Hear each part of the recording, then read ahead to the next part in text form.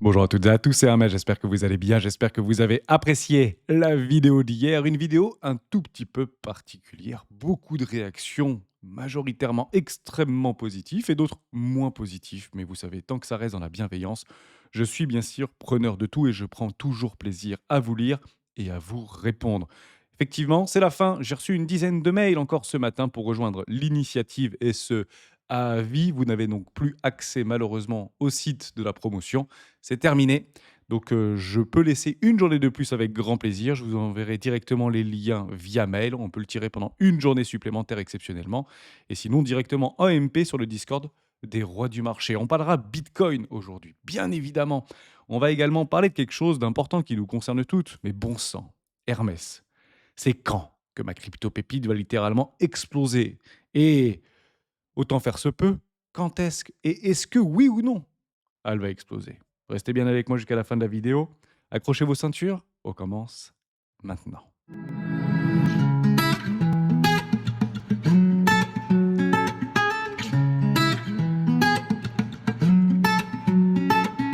Mais juste avant de commencer, je vous invite toujours à rejoindre le Discord des rois du marché. Vous trouverez le lien dans la description. À l'intérieur, une documentation qui s'appelle la stratégie des 4 rois, complètement gratuite. N'hésitez pas à la télécharger, l'utiliser, vous en imprégner, vous en inspirer pour vous aussi trouver votre propre style d'investissement, que ce soit sur le court, moyen, long terme, voire très long terme. Je l'utilise depuis plusieurs années, que ce soit sur les marchés traditionnels ou les crypto-actifs, là où je suis davantage exposé.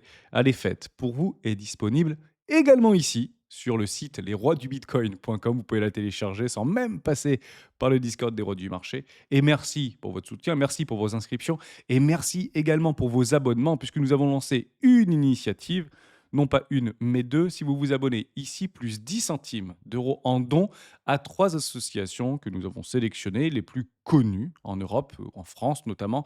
Action contre la faim, la Croix-Rouge et Médecins sans frontières. Ni couleur, ni ethnie, ni religion, ni caste par rapport à une rémunération. Tout le monde est dans le même panier, on n'oublie personne chez les rois et c'est pour la raison pour laquelle nous avons choisi, j'ai choisi ces associations. Bien évidemment, vous pouvez proposer la vôtre, on pourrait faire même un- une forme de sondage pour savoir là où vous voulez redistribuer les gains qui ont été accumulés. 1247 euros à la fois grâce aux abonnés et grâce et notamment à une redistribution vis-à-vis de la collecte de l'initiative des rois. Pas plus de choses à dire. Encore un merci. J'espère que cette initiative vous tient autant à cœur qu'à moi. On commence avec le grand gagnant du giveaway vis-à-vis de la clôture. Alors la clôture, côté BitGet, on l'avait dit ensemble, une magnifique clôture mensuelle. On va pas se mentir, c'est complètement boule à partir de maintenant. Et ici, on a exactement clôturé à 96 397 dollars, me semble-t-il. On va le regarder ensemble. Voilà, très exactement là. Qui est le gagnant? On le découvre ensemble maintenant.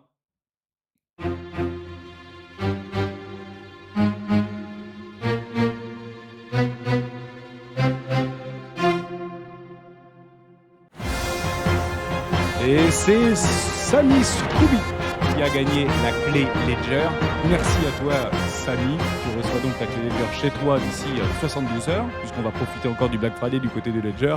Et je me ferai un plaisir de t'envoyer cette clé Ledger. Tu peux, si elle est encore en promo, choisir laquelle tu veux, ou sinon je t'enverrai la basique, bien évidemment. Aucun souci avec ça. Bravo à toi, Samy. On refera des giveaways tout au long du mois de décembre. À l'approche des fêtes de fin d'année, c'est toujours sympa d'en profiter. On commence donc avec Bitcoin. Bon, vous avez une magnifique confluence entre un premier arrêt, busy, des fair value gap. Donc, si vous êtes plutôt trader, ici swing trader, on va rester en daily, pas besoin forcément d'aller dans les time frames en 1 heure ou en 4 heures. Qu'est-ce qu'on s'en fiche, c'est complètement boule.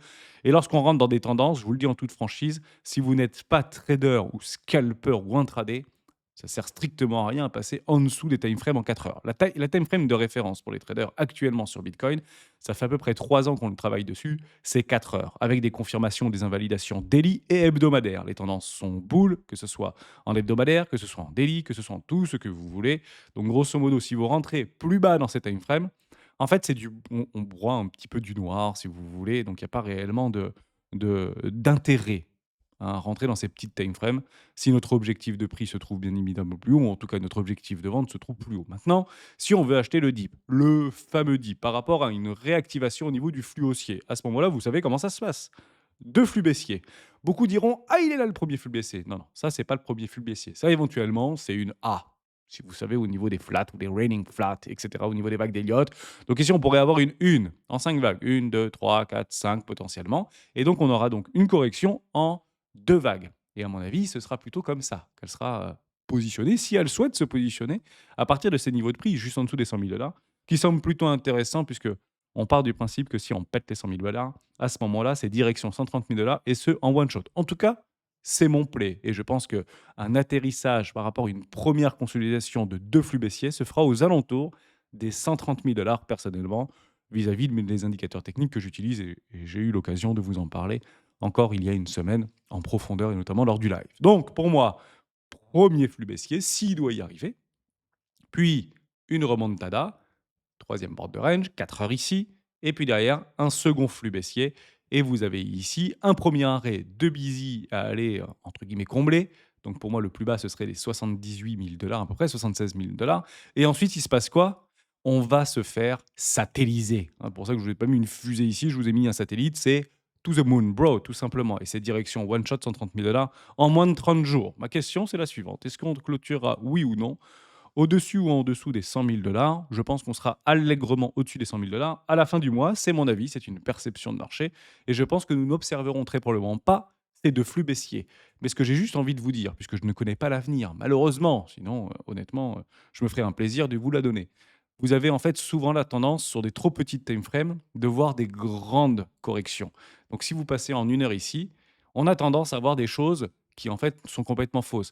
Premier flux baissier, deuxième flux baissier, dip, dip, dip, dip, dip, dip, dip, dip, dip. Non, ça, vous allez vous faire piéger. Donc, attendez bien vos confirmations ou des invalidations. Des invalidations bières, c'est quoi? C'est un nouvel ATH. OK, pas de problème. Et encore, certains élotistes me diront, ou en tout cas beaucoup d'élotistes me diront, non, non, mais c'est une running flag par extension avec une A, une B à 1,13 ou 1,27 par rapport à des extensions de Fibonacci, puis un deuxième correction baissière, 618, 1, 618.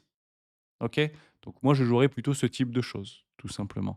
Et si je dois le jouer, je le jouerai très probablement pas baissier, je le jouerai plutôt haussier en achetant le dip ici. Et oui, vous avez raison, vous pouvez très bien acheter là avec un stop large, puisque c'est où, Hermès, s'il te plaît, les invalidations d'un plan boule? On est en train de me vendre sur la cryptosphère et sur la YouTube-sphère des 130 000 dollars, des 200 000 dollars. Hermès, 230 000 dollars, qui dit plus? 350 000 dollars pour Seller, 1 million de dollars pour Cathy Wood. OK, d'accord. À quel moment on est invalidé de ces plans-là? Je vous le donne en mille. Une clôture au minimum en hebdomadaire sous, ça va faire mal, 48 000 dollars. En fait, il est là l'invalidation. L'invalidation du plan boule, si vous voulez, c'est une clôture au minimum ou une acceptation au minimum en hebdomadaire par rapport à sa fameuse time frame de référence, 4 heures, daily hebdomadaire. Si après on a des confirmations en mensuel, bah, malheureusement c'est encore plus puissant et en trimestriel c'est catastrophique. Mais partez du principe que c'est ça les invalidations en tant qu'investisseur. Donc, on fait un petit peu comme on veut, mais techniquement, à quel moment on commence réellement à avoir peur? C'est quand on se prend un drawdown majestueux de 50. Voilà, moins 50, on commence à rentrer dans la phase des invalidations. C'est ça la réalité, c'est ça la vérité. Le problème, maintenant que je vous dis ça, c'est que bon sang, rien, je dis bien rien, ne l'indique. C'est boule, tout est boule, toutes les planètes sont alignées. On est rentré en tendance. Si on prend même les temporalités vis-à-vis des stock options, des options, pardon, des dérivatifs options, on a bien clôturé le mois au-dessus des 80 000 dollars, donc au-dessus du strike price. Donc on va chercher quoi? Les prochains strike price. Et ben on va les voir ensemble. Pour le 27 décembre, prochain strike price, les 100 000 dollars. Ça veut dire qu'au 27 décembre, on sera très probablement au-dessus des 100 000 dollars. Mais avec quel pourcentage de chance? Bon, on va faire un petit peu le même calcul en psychologie inversée par rapport au gap, notamment CME. Vous avez 9 chances sur 10 de combler un gap. On les regardera d'ailleurs après, ça peut être intéressant, puisque beaucoup les jouent, oui, dans des ranges et dans des tendances, mais pas dans les tendances haussières. On les joue pas contre tendance, ces compléments de gap. On viendra les closer, vous inquiétez pas, mais vous avez juste 2 ans d'avance. Je vous le dis tout de suite, mais on va les regarder juste après, ça va être sympa. Donc pour moi, vous avez grosso modo 9 chances sur 10 d'être au-dessus des 100 000 dollars avant le 27 ou d'ici le 27 décembre, généralement 72 heures avant. Voilà. Bon, vous allez me dire, on n'y est pas très très loin, mais la question à savoir, c'est est-ce qu'on va pas se retrouver avant 80? J'en ai pas la moindre idée, mais s'il faut le faire maintenant. C'est ça que ça veut dire. Donc il va falloir secouer le cocotier maintenant. Donc vous avez grosso modo 10-12 jours pour bien secouer le cocotier. et on se retrouvera au-dessus des 100 000 $, 9 chances sur 10, avant la fin du mois de décembre, donc avant la fin de l'année, donc un tout petit peu avant le 27 décembre 2024, tout simplement. Donc après, bon, on ira continuer à aller chercher ces tendances. Si ça venait à se vérifier, on va chercher le trimestre et le quater suivant, ici en mars 2025, 120 000 $. Et on se retrouve dans une situation assez intéressante par rapport à des objectifs de play, ou des objectifs de cours qui a souvent été énumérés sur les 12 derniers mois, 18 derniers mois, sur ce fameux seuil des 130 000 $. Et je partage en fait cette idée. Il est possible, il est envisageable que notre magnifique bull run, grand bull run, se finisse aux alentours des 130 000, 140 000 $. Je suis beaucoup plus optimiste que cela, mais c'est possible. Dès lors, les arbitrages seront faits plutôt ici et non pas ici, puisqu'actuellement, on voit rien et c'est bull encore une fois. J'espère que je vous aide en disant ça. On fait un petit tour du côté des, des annonces au niveau de Wall Street, avec grand plaisir. Ici, vous avez quoi? Taux de participation, j'espère qu'il sera plutôt positif. La création d'emplois du non agricole. Vous avez Jérôme Powell qui va parler, ce sera mercredi ou mardi, me semble-t-il, je ne sais plus, on va essayer de le retrouver ensemble. Discours de Jérôme Powell, oui, mercredi 4 décembre. Donc, grosso modo, j'ose espérer qu'il nous parle et qu'il nous témoigne de la politique monétaire de toute l'année 2025. Logiquement, il n'y aura pas trop de doute par rapport à une continuité vis-à-vis de la baisse de taux de 0,25 points. Tout est sous contrôle actuellement. Le VIX est sous contrôle. Logiquement, les marchés sont plutôt rassurés. L'emploi relativement stable. Il y a une estimation pour la fin de la semaine à 4,2 vis-à-vis des 4,1. Bon, c'est quand même sous contrôle. On sait que ça commence un petit peu à titiller aux alentours des 4,2, 4,1, 4,3, 4,5. Mais quand je regarde ça et quand je vois ça, en fait, il faut partir du principe que vous avez 96% des Américains actifs. C'est ça qu'il faut partir hein, comme principe. En tout cas, ceux qui sont catégorisés, qui peuvent acheter des bitcoins avec leur salaire. Eh oui. Donc ne regardons pas les 4% qui, malheureusement, sont dans une situation difficile. Regardons plutôt les 96% qui vont nous acheter nos bagues pour qu'on lui puisse leur vendre nos crypto-monnaies durement accumulées pendant des années beaucoup plus cher. C'est comme ça qu'il faut voir le fameux verre à moitié vide ou le fameux verre à moitié plein. On continue avec 3 petites news, parce que je les aime bien ces petites news. Ici, du côté de Bitcoin, l'application Bitcoin, bon, on va pas faire de la publicité, mais vous avez compris, des nouveautés, évidemment, hein. On essaye de mettre en place des actions marketing. Quand tout est boule, chronique financière d'analyse d'euphorie de spéculatif à surveiller. On en a parlé de la petite banane, c'était dans la vidéo d'hier, et je vais d'ailleurs vous la remettre à la fin si vous voulez la découvrir et si vous l'avez tout simplement loupé hier. Bitcoin, l'actif ultime à posséder, le gourou du BTC, Michael Saylor, presse MicroStratégie, to the moon. L'analyste financier affirme que Bitcoin pourrait grimper à 250 000 $, pour un autre 147 000 $. Et Robert Kiyosaki, père pauvre, père riche, avertit que Bitcoin pourrait chuter à 60 000 $. Waouh! Je suis assez d'accord avec lui. Mais en fait, ce qui est drôle, c'est que c'est il y a 5 heures par rapport à Bitcoin News. Donc, ils prennent, je vous explique comment ça fonctionne. Tous ces sites en fait, qui proposent de l'information prennent un petit bout de phrase et l'extrapolent sur un paper, tout simplement, et le shootent sur tous les réseaux sociaux, et notamment des sociaux de mainstream ou de presse spécialisée, digitalisée. Pourquoi?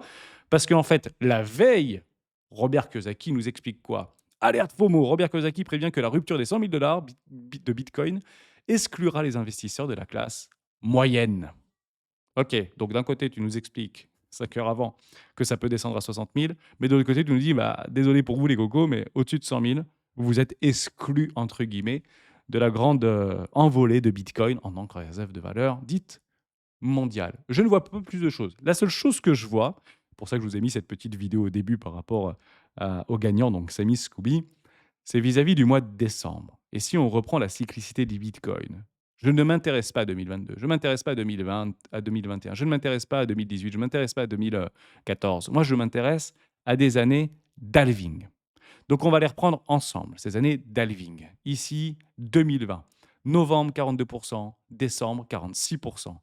On reprend une année d'halving 2016. Ici, 5%. Ici, 30%. Bon, 2018, pardon.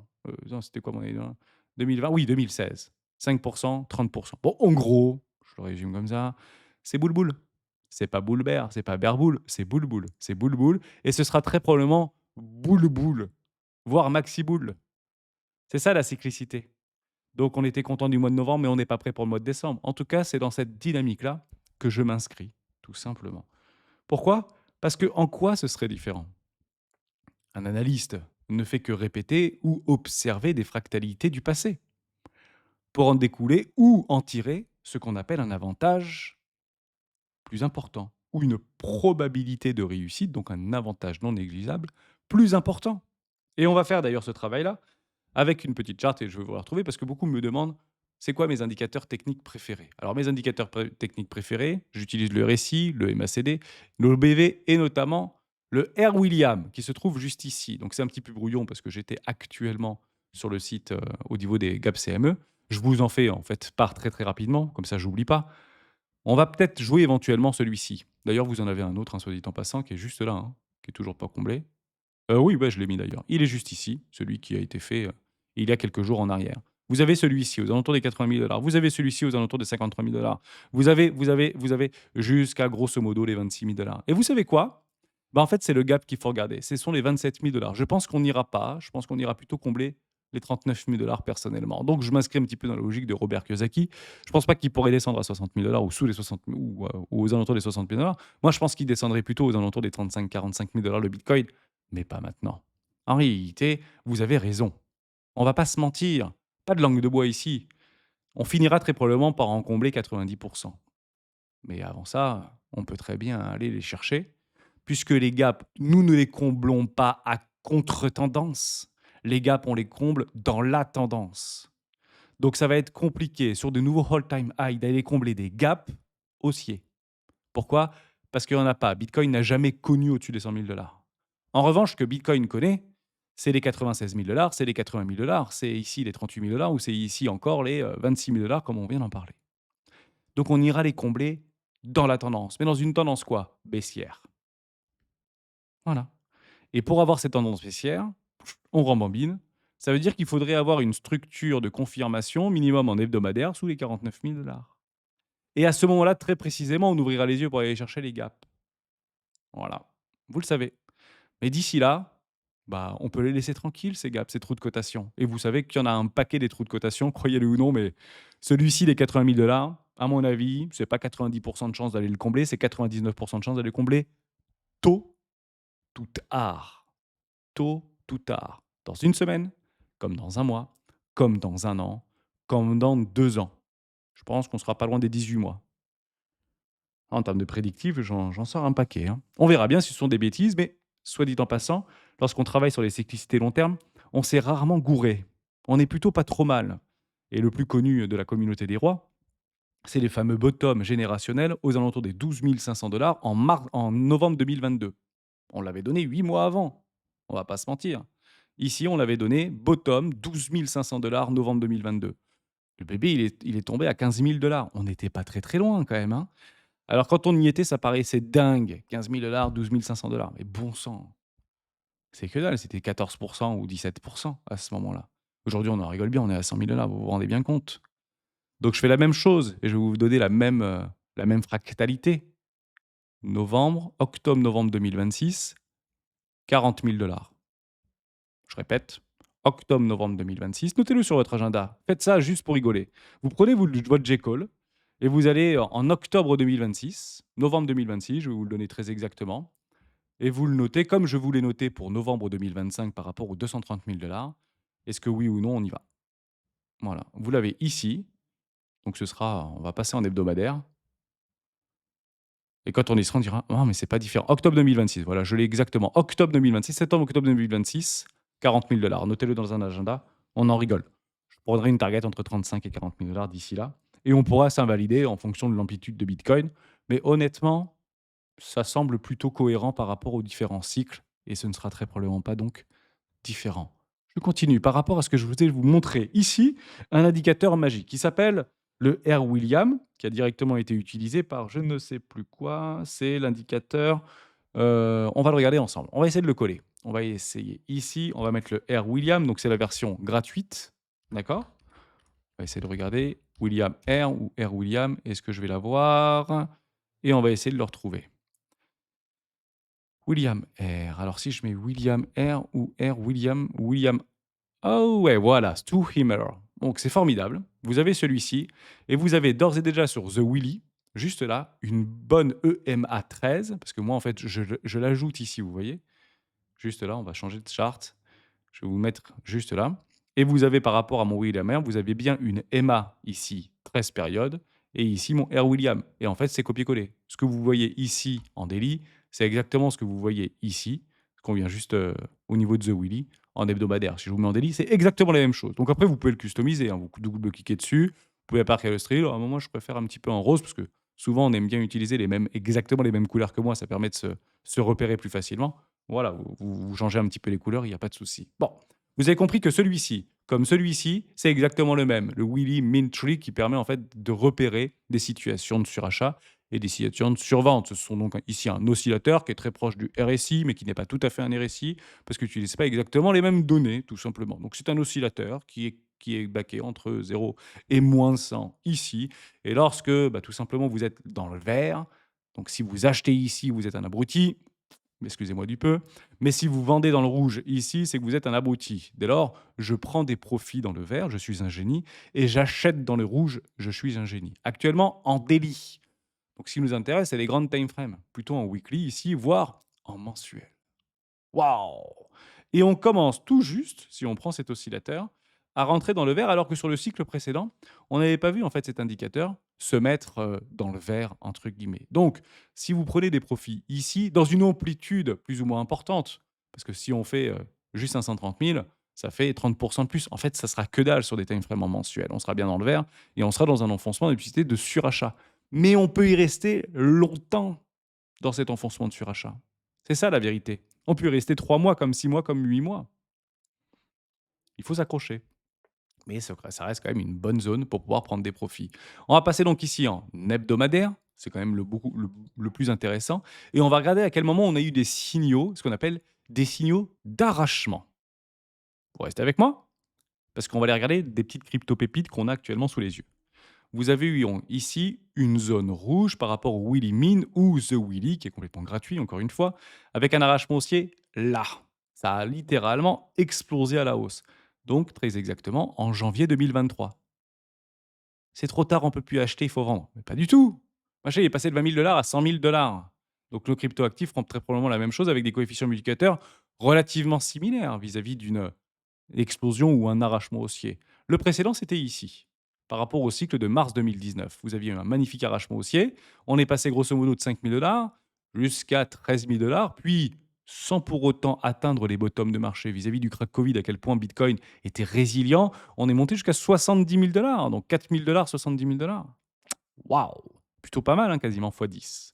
Donc on aura très probablement un coefficient multiplicateur peut-être moins important en toute performance relative, si d'un côté, on a grosso modo fait, je sais plus, un coefficient multiplicateur de x10, ici, on va le regarder ensemble. Voilà, x14, pardon. Bon, bah, qu'est-ce que vous voulez? Un x7 peut-être? Un fois 10 peut-être? Vous voulez quoi? Voilà, si on fait un x7, ça fait 180 000 $. Si on fait un x10, ça fait 230 000 $. Pensez à moi. Et si on fait la même chose que ce qu'on avait fait précédemment, ce qui est aussi possible, hein, x14, ça fait 300 000 $ à peu près. Voilà. Donc je reste dans cette fourchette-là. Je pense qu'en performance relative, sauf s'il y a une magnifique explosion haussière, et je la maîtrise pas, bien évidemment. Pour la simple bonne raison que si on revient encore dans le passé, la dernière fois que ça s'est passé, c'était ici, en février 2015, par rapport à un arrachement haussier où on sortait de la zone rouge pour aller chercher le surachat. Donc on va le noter ensemble. Et ce qui est très, très marrant, c'est que malgré le fait qu'on ait commencé à s'envoyer complètement dans la stratosphère, regardez ça, hein, c'est assez intéressant. Ça arrache-moi aussi, ils étaient là. Viens chercher la liquidité, très peu de liquidité à ce moment-là. Bah, si on reprend exactement une fractalité, on devrait être ici à peu près actuellement. Voilà, soit ici, avril, enfin logiquement on serait même plutôt là si on prend décembre 2016 par rapport à décembre 2024, on serait plutôt là. Et ce qui s'est passé après est complètement délirant. C'est complètement délirant. C'est parti dans une stratosphère toute de Moonbro. C'était juste incroyable. Et il n'y avait pas beaucoup moins de Bitcoin qu'aujourd'hui, soit dit en passant. Vous pourrez le regarder éventuellement dans vos historiques. Donc, à quel moment on commence à prendre des profits massivement? Bah, en fait, ici, le plus normal et le plus logique, c'était ici. Et je vous inviterai donc à aller regarder lorsque Bitcoin, en hebdomadaire, au niveau de ces périodes-là, était aux alentours de septembre 2017 ou aux alentours de novembre 2017, si la plupart des influenceurs de l'époque retrouvaient ces vidéos-là, on vous parlait de bulles. On vous parlait de surachat complètement délirant, ou ça va s'effondrer, retour aux alentours des 3 000 $. Mais ce qui est très marrant à observer, dans cet enfoncement et dans cette euphorie complètement dévergondée, le machin, il a fait x3 derrière, ou x4 derrière. D'accord? Donc on attendra des invalidations. Quelles sont les invalidations du plan boule ici? Bah, ils étaient là. Vous les avez juste là. Donc jusqu'à ce moment-là, très précisément, bien que nous avions observé des structures en M-top avec un rejet sur un premier arrêt, puis éventuellement des zones de rechargement de vente logique court terme, moyen terme, pour aller chercher la cassure d'une invalidation de plan boule ici. En somme, si vous aviez acheté là-dedans, comme je l'ai fait au mois d'octobre 2018 avant de me prendre moins 50% dans les dents, on était bear, on était boule ici. On était bien dans une tendance de fond trimestrielle. Voilà, donc excusez-moi du peu si je vous dis que c'est très difficile de vendre les tops et de se dire qu'on est des génies, parce qu'au moment où vous avez des invalidations boules ici, il faut beaucoup de temps. Ne vous faites pas piéger par ça, puisque les influenceurs, et moi le premier, ces analystes financiers qui sont là depuis des années, on vous donnera les invalidations que très tard. Avant ça, suivez votre plan et suivez bien évidemment vos objectifs. On se fait quelques petites crypto-pépites, on va regarder du côté de la table des rois. Ah, on va faire mieux que ça. On va faire mieux que ça. On fera plus tard, plutôt mercredi, les petites crypto pépites. Comme ça, on fait pas une vidéo trop longue, ça sert strictement à rien. On va aller regarder le truc qui nous intéresse le plus. Other. Other qui représente 99% des cryptos actifs que nous avons dans les portefeuilles, mais ne représente que 10% de la capitalisation globale. Est-ce que nous avons eu des arrachements haussiers? Ah oui, ici. On avait d'ailleurs un pré-arrachement haussier juste là. Mais bon, techniquement, on n'est pas très loin, hein. Parti chercher la liquidité et on a eu les arrachements ou en tout cas le décollage ici. Mais les premiers arrachements haussiers étaient là très exactement. Les premiers arrachements haussiers étaient là très exactement. Regardez, hein, c'est clairement là, clairement là. Donc regardez vos petites crypto pépites. Je vais en prendre une au hasard. Est-ce que j'en ai une dans la tête ou pas qui me vient? Ah oui, bah, une crypto de cœur. Basic Attention Token. Est-ce que Hermès est complètement à la masse? C'est ça qui est intéressant à observer. Parce que tu essaies de nous vendre du Basic Attention Token, qu'il n'y a que toi qui l'utilises apparemment sur la Terre. Est-ce que tu as eu tes arrachements haussiers? Oui, j'ai eu mes arrachements haussiers. Je les ai eus là. Arrachement haussier de cycle avec donc une forme d'invalidation, même si je ne suis pas allé en dessous, soit dit en passant. Et un deuxième arrachement haussier ici. Est-ce que je peux les confirmer en mensuel? Yes, je les ai. Et j'en ai un sacré beau là. Ça monte très fort. Donc, je peux partir du principe avec une magnifique bougie volume qu'on voit ici, que Basic Attention Token bah, rentre dans la danse. J'aurai pas des invalidations, en tout cas techniques bear actuellement, puisqu'il faudra que je casse des résistances. Vous savez comment ça se passe. Quand je suis bull, quand je suis dans une tendance bull, on casse des résistances et on maintient des supports. Actuellement, j'ai pas cassé de résistance. Je suis en mensuel. Prochaine ou première résistance au niveau d'une confluence, une confluence, c'est ici, aux alentours des 0,40 centimes de dollar. Dès lors, si on vient clôturer au-dessus des 0,50, comme ça on se la fait courte, on passe bien d'une zone rouge à une zone jaune avec une clôture d'acceptation et on jouera quoi? L'accélération et voir si oui ou non nous avons des extensions. Mais le premier signal, je l'ai là. Et il n'est pas confortable ce signal, bon sang. Je vous le dis franchement, c'est pas confortable. Par contre, là où c'est confortable, et je sais que vous êtes nombreux dessus, c'est XRP.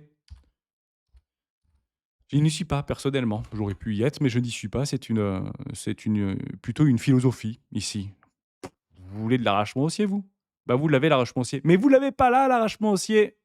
L'arrachement haussier, vous l'avez eu ici, tout simplement, avec des confirmations de structures en W dans les W, dans les W, dans les W mensuels, sans remettre en cause les bottoms de marché. Et là, vous avez votre accélération. C'est juste de la patience. Donc, observez vos petites crypto-pépites préférées, si elles sont dans une bonne configuration, parce que les accumulations ne sont pas maintenant, elles sont passées. Donc, inutile de courir derrière des cryptos qui sont actuellement passés, sauf si vous voulez les swing, et à ce moment-là, vous allez prendre des pullbacks, comme ceci. Voilà comment vous pourrez éventuellement jouer. Oubliez les invalidations au niveau des plans BER. On est boule sur le marché, ça sert strictement à rien d'aller essayer de les challenger. Je ne vois rien d'autre, sauf une toute petite chose, ça m'a fait relativement plaisir. 250 millions de dollars du côté de BlackRock vis-à-vis des ETF au comptant Ethereum. Est-ce que quelque chose se passerait dans la dynamique interne? Parce qu'on est en train un petit peu de laisser de côté, hein, du côté de BlackRock, les ETF Bitcoin, avec une forme de dégradation et une belle augmentation cyclique, hein, en reprenant cette fractalité au niveau de All Season. Je vous avais donné d'ailleurs les indicateurs sur le live de vendredi dernier. Bon, bah, peut-être qu'il est en train de se passer quelque chose au niveau de la rotation des capitaux. Et pour en être sûr par rapport à des afflux massifs de capitaux sur ce marché, vous vous mettez tout simplement là, sur la capitalisation globale de nos crypto-pépites préférées, juste ici. Est-ce qu'il y a eu de l'impression? Ouais, il y a encore de l'impression. 60, 180 milliards de dollars et en l'espace de un mois, on est passé de 160 à 180, 20 milliards de dollars d'argent frais qui ont un impact directement sur le marché en termes de spot d'environ de coefficient à x5 à x7. Donc si vous prenez 20 milliards, ça fait 100 milliards jusqu'à 150 milliards d'impact sur le marché depuis le début du mois de novembre. On n'est pas à la fin. On n'est qu'au début actuellement de ce bull market. Je ne sais pas comment je pourrais éventuellement plus vous le définir. Maintenant, je ne connais pas l'avenir. Donc, on peut se faire ramasser, bien évidemment, les dents. Mais à ce moment-là, la seule chose à faire, c'est de prendre des profits et de suivre votre plan. On se rejoint de l'autre côté. Ciao.